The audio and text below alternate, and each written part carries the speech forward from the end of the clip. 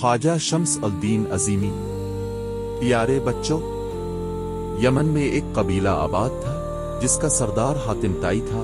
इसकी सखावत से दुनिया का हर शख्स वाकिफ था। आज हम आपको हातिम ताई की सखावत का एक किस्सा बताते हैं। कहते हैं कि रोम के बादशाह के दरबार में एक दिन हातिम ताई की सखावत का तज़किरा हुआ। एक शख्स ने बताया कि हातिम ताई के पास उम्दा नस्ल का एक घोड़ा है।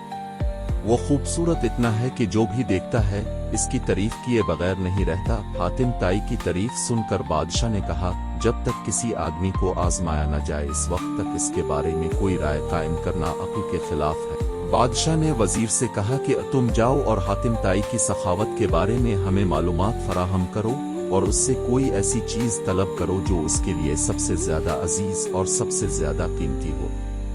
आप इससे इसका तेज रफ्तार घोड़ा तलब करें। बादशाह को दरबारी की ये बात पसंद आई। इसने वजीर से कहा कि तुम हातिम ताई के पास जाओ और इससे इसका घोड़ा मांगो। अगर वो घोड़े का इशार कर देता है तो हातिम ताई यकीनन सखी है। वजीर और बादशाह के दरबारी सफर तय करते हुए रात के वक्त हातिम ताई के घर पहुंचे। जिस वक्त ये लोग वहां पहुंचे मूसलाधार बारिश हो रही थी।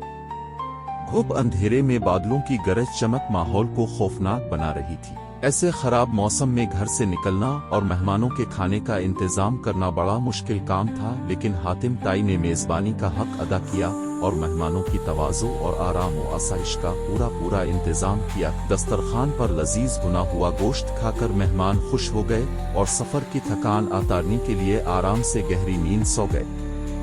सुबह के वक्त बारिश थम चुकी थी और फिजा साफ हो गई थी। दरख्त धुले हुए और ठंडी हवा चल रही थी।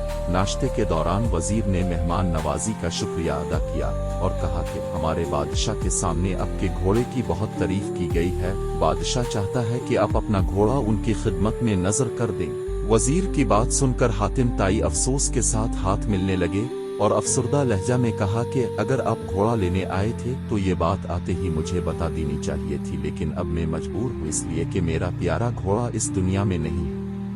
पूरी रात तूफानी बारिश बरसती रही। मेरे लिए मुमकिन नहीं था कि इतने सारे लोगों के खाने का इंतजाम कर सकूं।